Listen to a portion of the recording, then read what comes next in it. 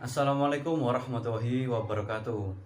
Perkenalkan, nama saya Muhammad Abdul Rahim dengan NIM 060203200035 kelas Auditing Pendidikan B. Pada kali ini saya akan menjelaskan tentang jenis-jenis audit pendidikan. Secara umum ada dua jenis audit, yakni audit internal dan audit eksternal. Audit internal berarti proses identifikasi atau komparasi antara standar yang ditetapkan dengan pelaksanaan nyata yang terjadi di organisasi.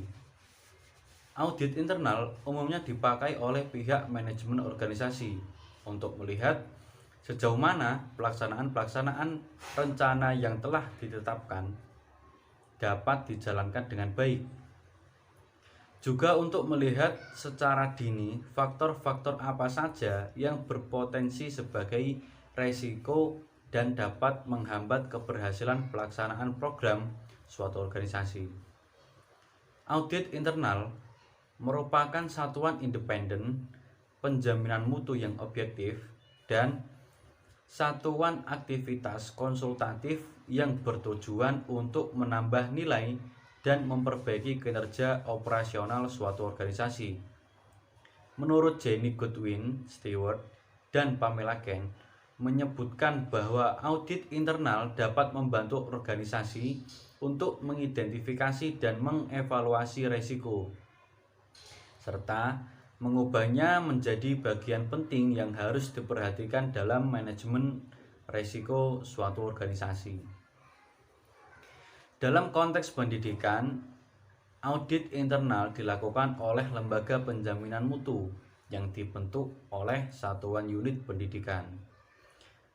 Jika di perguruan tinggi, tim audit internal berada di bawah kendali LPM atau lembaga penjaminan mutu. Hasil-hasil yang dilakukan selama pelaksanaan audit ini digunakan oleh pengambil kebijakan lembaga pendidikan. Untuk apa? Untuk perbaikan dan peningkatan mutu. Hasil ini juga dipakai oleh pengambil kebijakan sebagai langkah awal untuk melakukan proses audit eksternal. Nah, selanjutnya adalah pengertian mengenai audit eksternal. Audit eksternal adalah audit yang dilakukan oleh pihak-pihak luar di luar lembaga tersebut berada. Audit eksternal ini berupaya untuk melakukan penjaminan mutu secara terstandar berdasarkan kesepakatan-kesepakatan yang umumnya dimiliki oleh asosiasi-asosiasi atau bisa disebut lembaga mutu.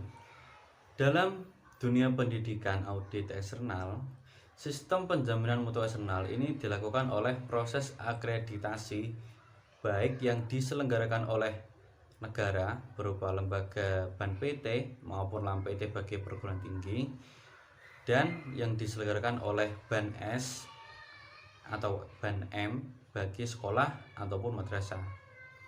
Kesemua hal yang dilakukan melalui serangkaian proses audit ini semata-mata adalah untuk penjaminan mutu pendidikan agar kualitas pendidikan semakin baik dan sesuai dengan harapan stakeholder pendidikan. Untuk itu, pemerintah mengeluarkan kebijakan yang khusus mengatur penjaminan mutu internal maupun penjaminan mutu eksternal. Mungkin cukup itu yang bisa saya sampaikan. Kurang lebihnya mohon maaf. Wallahul muwaffiq ila aqwamit thoriq. Assalamualaikum warahmatullahi wabarakatuh.